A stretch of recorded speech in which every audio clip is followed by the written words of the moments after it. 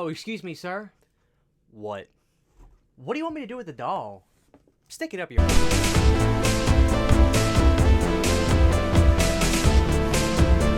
Child's Play 2, the standard for sequels. I was originally going to talk to you guys about Dream Warriors, which we still will do, but today absolutely just inspired me.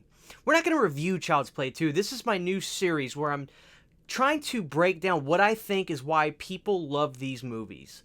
Child's Play 2, I was having a conversation today about Child's Play 2, and it got me thinking, that's a movie that seems to be absolutely beloved by horror fans, and the Child's Play fans always hold Child's Play 2 in high regard. Why? What is it about Child's Play 2? When I asked myself what I thought about Child's Play 2, of course I was like, I absolutely love Child's Play 2. It's one of my favorite horror movies. You know, and I was thinking, I was doing that series where I said, give me your top 5 big 4 slashers, where I did Michael, Jason, Freddy, and Leatherface. And it got me thinking, I can't forget about this guy right here. First, real quick, the first Child's Play is close, in my opinion, my humble opinion, because again, I always say that's all I can give, is as close to a perfect horror movie as I've ever seen. That first movie, directed by Tom Holland, is such a great classic late 80s horror movie. It's a movie that is, if your house is on fire and you gotta grab 10 movies, you're grabbing Child's Play. But the irony is, if I ask people that right now, maybe a lot of you would say, I'm grabbing Child's Play too. So let's talk about this movie. What is it? Why do I call it the standard for sequels? The thing about this movie I think that works is, when I rewatched this movie to do this video, I was going to make a list of scenes that I thought were a little bit slow or not good. Guess how many scenes I wrote down? I wrote down 0. And earlier throughout the day, I went on YouTube, and I probably watched some of your videos, maybe that are watching this video. I typed in Child's Play franchise ranking. Guess which movie was the most at number 1? Child's Play 2. And I was like, there's got to be some reasons for this. So I'm trying to break this down. When you look at Child's Play 2, it does what sequels, quote unquote, should do. They give you characters from the previous one, the soap opera element, continuing the story. What's going to happen next? Poor little Andy. What is he going to be like after going through this horrific accident because of this guy? So we get to see Andy's forward process of what's going on. He's now an orphan. He lost his mom. His mom lost her mind. And he makes it to this house, and then we see that Chucky, you can't stop evil, survives because of the eye. The eye gets into a new doll. It's like, you could almost say, well, that seems kind of ludicrous, but in the first movie, it's voodoo. So you tell me what's ludicrous. So it works perfectly. And talk about a great opening sequence. The opening of Child's Play 2, when the electricity goes off and the guy backflips out the window, amazing. We get new characters that are extremely, extremely well done, well acted, and the story is good. Andy is trying to survive now with this life he has in this foster family. And there's this extreme level of uncomfort when Andy gets to the home where Kyle is, who's a great character. Everybody loves Kyle, it seems. She's got this real personality, and it flows. Her and Andy go together like this. You love their chemistry on screen. But when Andy gets to the house, what I really loved about this movie is the uneasy tension between Andy and the stepdad. It's like uncomfortable as a viewer almost, because you feel like, am I going to do something wrong to make this guy mad? Just great stuff in that whole beginning of the movie. The animatronics, I don't think ever looked better than Part 2. Part 1 looked fantastic. Part 2 just looks sinister. I think of Child's Play 1 as like a slasher horror movie, right? But Child's Play 2, I call it a sinister slasher because of how demented this guy is from the animatronics. The facial expressions. The stuff Chucky does is so evil. When Andy gets his test paper turned in and Chucky decides to write a certain phrase on there, so vile, so disgusting, and so cunning.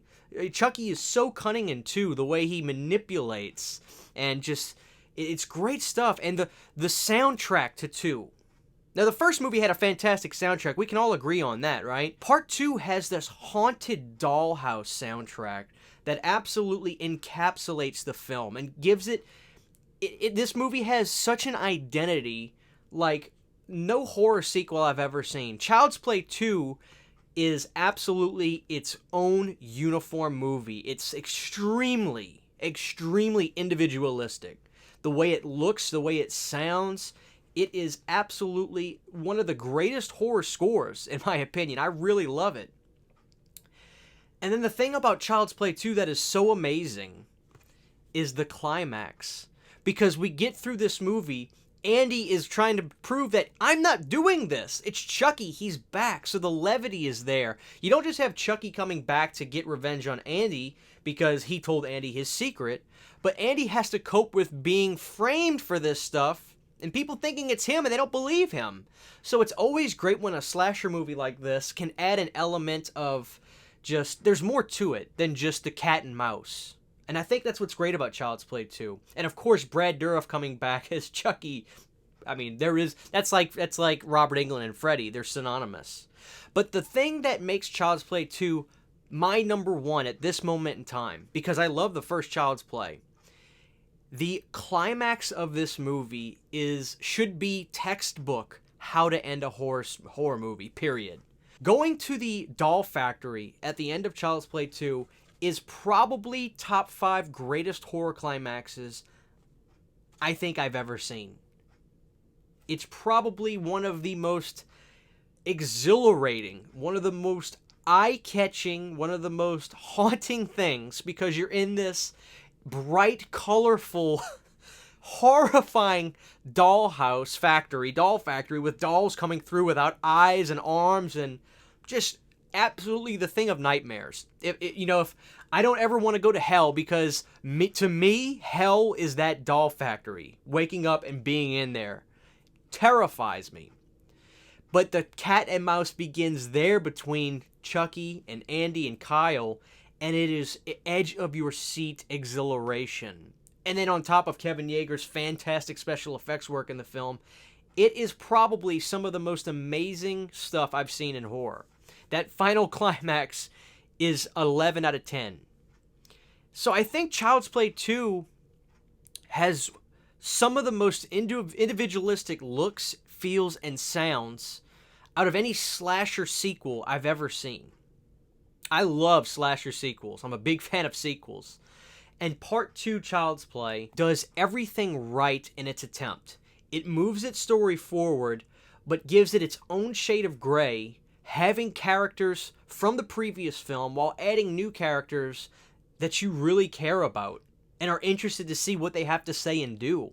There's not a dull moment in Part 2 for me.